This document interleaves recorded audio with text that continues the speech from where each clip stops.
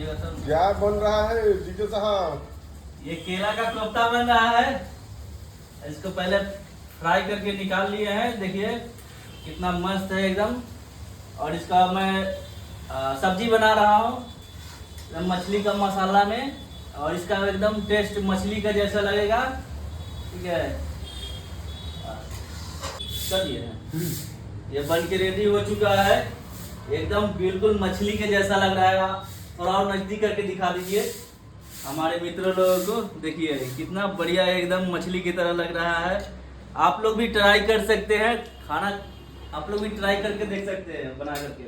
धन्यवाद।